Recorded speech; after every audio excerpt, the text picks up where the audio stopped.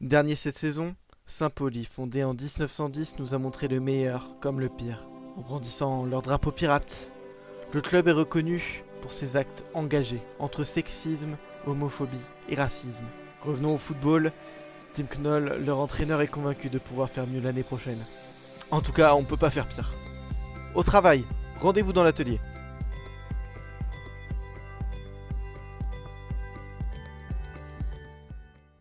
Et bonjour à toutes et à tous, c'est Nostem, j'espère que vous allez bien. Aujourd'hui on se retrouve pour le premier épisode de l'atelier. On va commencer par un grand club de cette saison 2 de Barclays League. On va commencer par le FC Saint-Pauli dirigé par Tim Knoll. Petite voix off pour vous expliquer ce que c'est que l'atelier.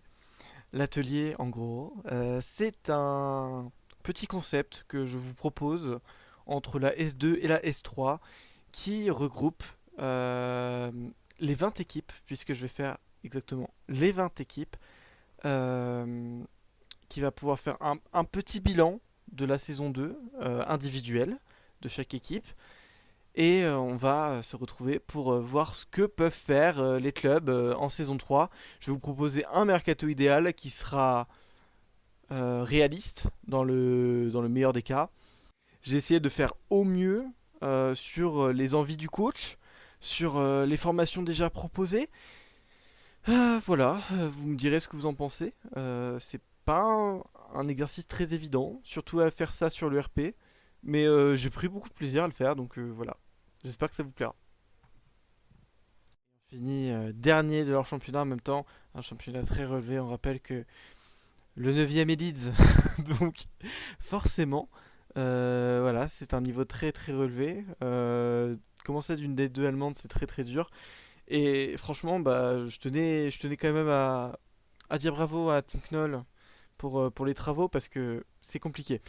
L'équipe actuelle de Saint-Pauli se compose actuellement en 5-4-1. 5-4-1, une compo de terroristes selon certains. On peut penser ce que l'on veut, en tout cas, ça fait des bonnes choses. Ça produit du bon jeu. Et franchement, je pense que c'est leur meilleure composition qu'ils ont trouvée avec le 5-3-2. Donc Saint-Pauli est habitué des défenses à 5, avec notamment un, une défense quand même qui est beaucoup revenue sur cette saison. C'est Gaston Avila, Smith et Eubers. Une défense reconnue hein, dans cette Barclays League parce que c'est une défense qui est solide. En même temps, on a la vitesse de Avila, en même temps, l'expérience de Smith et on a la vitesse de Burst. C'est une défense très complète et franchement, ça fonctionne très bien. Après, on a quand même quelques difficultés. Voilà, c'est vrai que on n'a pas non plus des joueurs top, top, top. Carlos Junior en attaque, on le sait, il a été beaucoup décrié cette saison. Ce n'est pas un vrai finisseur. On va en revenir sur la deuxième partie. Ouais, c'est compliqué parce que Carlos Junior, c'est pas le meilleur. C'est pas le meilleur attaquant. Peut-être il serait mieux sur l'aile. Bon, on verra ça dans l'autre partie. En tout cas, voilà. C'est quand même un effectif complet avec beaucoup de joueurs. Beaucoup de joueurs parce que la rotation est faite hein, de la part de Tim Knoll. Parce que on peut voir que j'ai décidé de mettre Shaibi par exemple. Mais le plus souvent en vrai ça a été Artel dans ce poste de piston droit. Shaibi a joué un peu partout, il a dépanné un peu partout cette année, mais c'est vrai que Shaibi a trouvé quand même sa place en tant que piston droit. Et Artel est monté un peu plus haut sur cette fin de saison. C'est pour ça que j'ai décidé de mettre Artel à droite. Artel, le capitaine de cette équipe, qui avait prouvé de bonnes choses au début. Au final, la hype, c'est vite un massif. Mais il reste toujours quand même un joueur solide.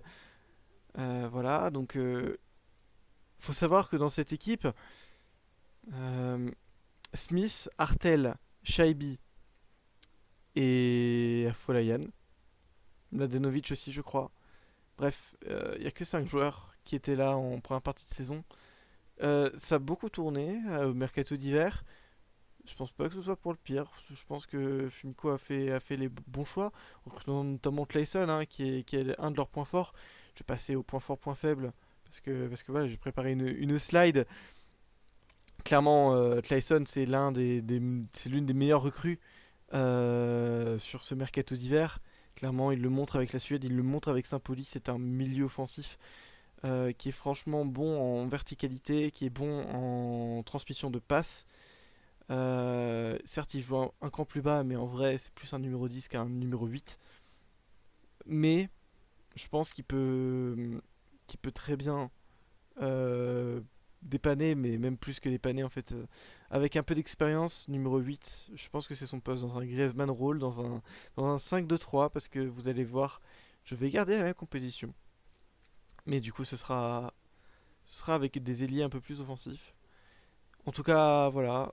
Je tenais à dire quand même que on a aussi un très bon gardien qui était recruté en hiver, c'est Linde, encore un Suédois. Ça s'est beaucoup inspiré de la Suède de Marco Rogbel. Linde qui fait quand même de très bonnes performances au poste de gardien de but. Je le garde pour la saison prochaine. Pour moi, il est l'homme providentiel au cage. Et puis, Saint-Pauli n'a pas non plus des grandes ressources financières, on va dire ça comme ça. Ça va être compliqué de recruter en S3. Ça va avoir bien sûr de l'argent, évidemment. On va être plus compréhensif, évidemment. Mais il va falloir faire les bons choix. Et je vais vous proposer tout de suite mon mercato idéal. Voilà, clairement, ça déconne plus. Alors, faut savoir que du coup, Shaibi, c'est un prêt de la part de Feyenoord. Moi, je l'achète définitivement, Fares Shaibi. Clairement, je pense que c'est l'homme providentiel à droite. Artel sera mis sur le banc puisque j'ai décidé de faire une offre pour Kaveci, un Turc qui joue à Başak, non pas Başakşehir, à Fenerbahçe plutôt, qui est rapide, technique.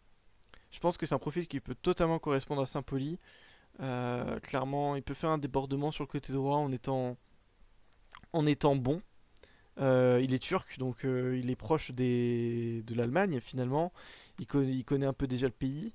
Donc Kaveci, je pense que c'est l'homme à prendre à droite pour apporter de la vitesse, pour apporter de la percussion, parce que Artel c'était pas ça, c'était un joueur très complet, plutôt milieu de terrain.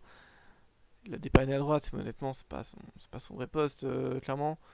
Je pense piston déjà ça lui correspond plus que ailier. Donc voilà, je garde Kaveci. Aussi, ce que je fais, c'est que du coup, Carlos Junior, je le bench. Ce sera un très bon super sub. Mais ce que je compte faire en attaque, c'est de recruter Achiampong, l'attaquant ghanéen, qui n'est pas sélectionné par Guac, mais il a toutes les qualités requises pour jouer à Saint-Pauli. Il a la vitesse que Carlos Junior a aussi, mais sauf que lui, il a la finition en plus. Il revient de Chine, je pense que Saint-Pauli peut aller le recruter pour essayer de relancer sa carrière, parce que rester en Chine, on sait que c'est pas bon du tout. Voilà, c'est peut-être pour ça aussi que Guac ne sélectionne pas, parce qu'il sait que la Chine n'est pas un championnat compétitif. Je pense que Pong a déjà reçu un bon salaire. Je pense qu'il peut s'aligner sur un salaire plus bas. Donc je pense que ça peut être une très bonne recrue pour Saint-Pauli. Ce que je décide aussi, c'est que voilà, on change complètement la ligne d'attaque. À gauche, j'achète Fourir. Furic, je sais pas comment vous le dites, mais le joueur de Stuttgart. C'est vrai que IRL il est très bon avec Mittelstadt que je vais présenter après. Mais en vrai, dans le RP, il a que 73 de général. C'est très bien, attention. Mais je pense que c'est une recrue abordable pour Saint-Pauli. Et je pense que ça peut être le joueur star de cette équipe de Saint-Pauli parce que Christian Fourir, si c'est bien Christian, son prénom, Chris Furic, donc qui est ailier gauche du côté de Stuttgart, qui sort du coup d'une mauvaise saison en théorie, puisque Stuttgart sur le RP est normalement avant dernier, donc ils sont pas relégués mais ils sont pas loin. Euh, voilà, donc je vais relancer Chris Furic avec le Saint-Pauli. Je pense que c'est une recrue originale en plus, qui pourrait plaire à Tim Knoll, qui a déclaré en conférence de presse qu'il veut germaniser son effectif. Pour moi, Furic, ça se fait. Ça se fait clairement. Je vais aussi aller chercher du coup Mittelstadt, son coéquipier, latéral gauche, à Stuttgart encore une fois. Je vous ai dit que Mladenovic c'était bien dans un premier temps, mais dans un second temps c'est plus compliqué. Moi je vais aller chercher une concurrence solide, très solide, parce que Mittelstadt c'est quand même du très haut niveau. On l'a vu au Hertha Berlin en V2, on, l'a, on va peut-être le voir du coup en V3. Mais Mittelstadt, franchement, c'est un gars qui est bon défensivement, qui peut faire de très bonnes relances aussi, qui est très bon en centre, très rapide. C'est un gars qui peut très bien jouer en tant que piston. Donc je le prends. Je le prends, Mittelstadt. Et bah, clairement, voilà. Petite hype Stuttgart IRL. Mais je pense que ça peut le faire. Ça peut le faire avec Saint-Pauli. Milieu de terrain, je garde Clayson. Hein, j'en ai dit que des louanges. Par contre, je viens renforcer ce poste de milieu central. J'ai mis Quentin Timber sur l'affiche. Je pense pas qu'il est utile de le prendre. Certes, il a été bon, hein, ça je dis pas. Mais le souci, c'est que c'est qu'un prêt. Et un prêt, bah, c'est pas définitif. Il faut un transfert.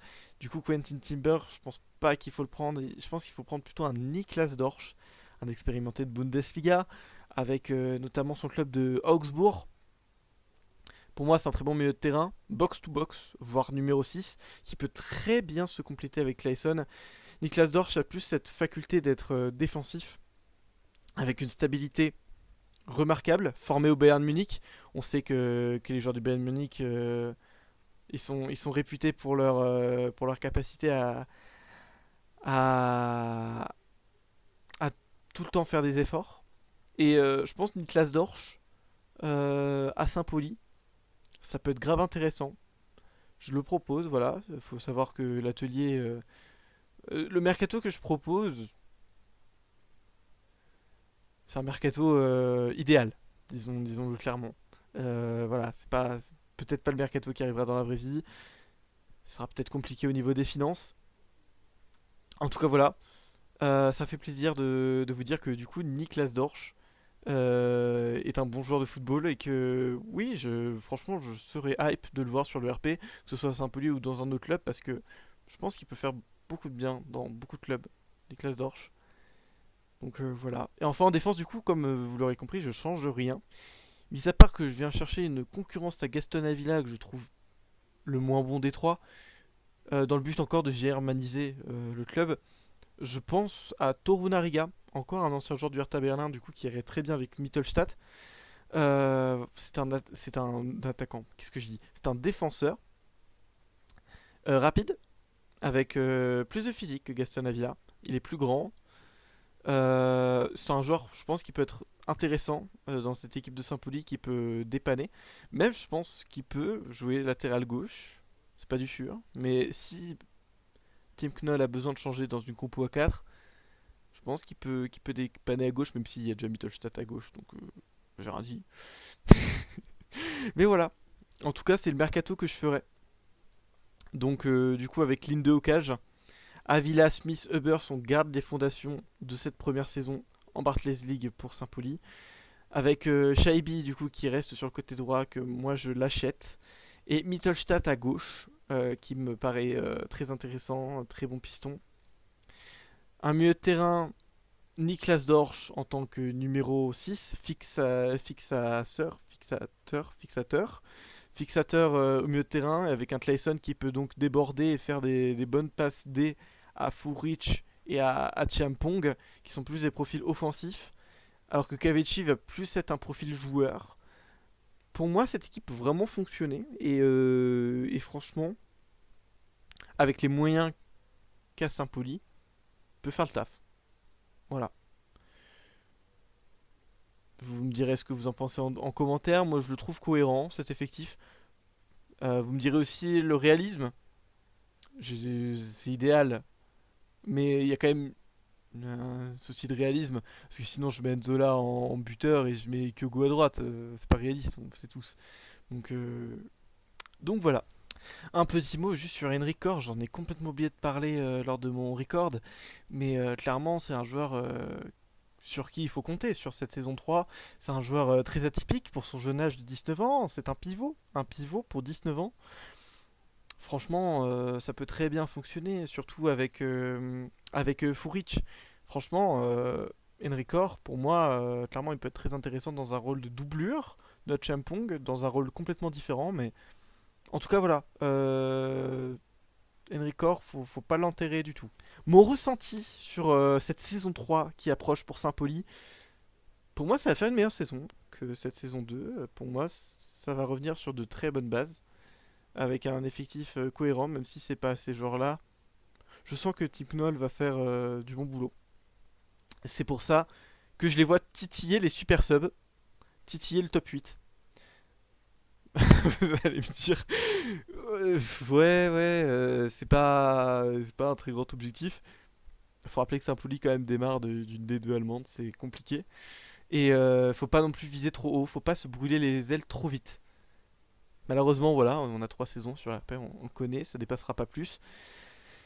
Et Saint-Pauli, ouais, en fait, il aurait fallu qu'il commence dès la saison 1, mais malheureusement, ça n'a pas été le cas.